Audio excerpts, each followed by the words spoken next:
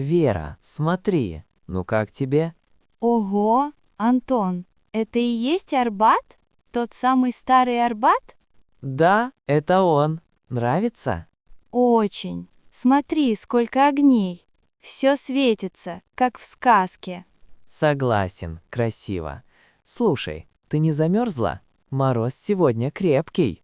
Честно говоря, немного подмерзла, но мне все равно весело. А тебе как?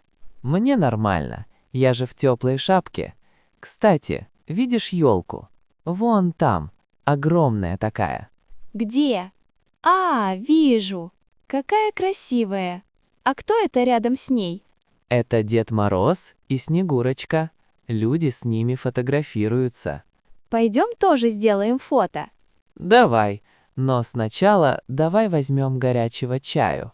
Вон там киоск. Хочешь? Ой, да, с удовольствием. Очень хочу согреться. Хорошо. Вера, посмотри на людей. Все улыбаются. Да, все такие радостные. И все говорят одну фразу. Что они говорят? Они говорят «с наступающим». С наступающим? Что это значит? Это значит «с наступающим Новым годом». Так поздравляют перед праздником, и особенно сегодня, 31 декабря. Поняла. Хорошая традиция. Смотри, там сувениры продают. Тебе что-нибудь нужно? Слушай, я хочу купить матрешку. У нас дома почему-то нет матрешки. Серьезно? Ну давай спросим цену. Здравствуйте. Подскажите, сколько стоит эта синяя матрешка? Ой, она такая милая. Женщина говорит 800 рублей.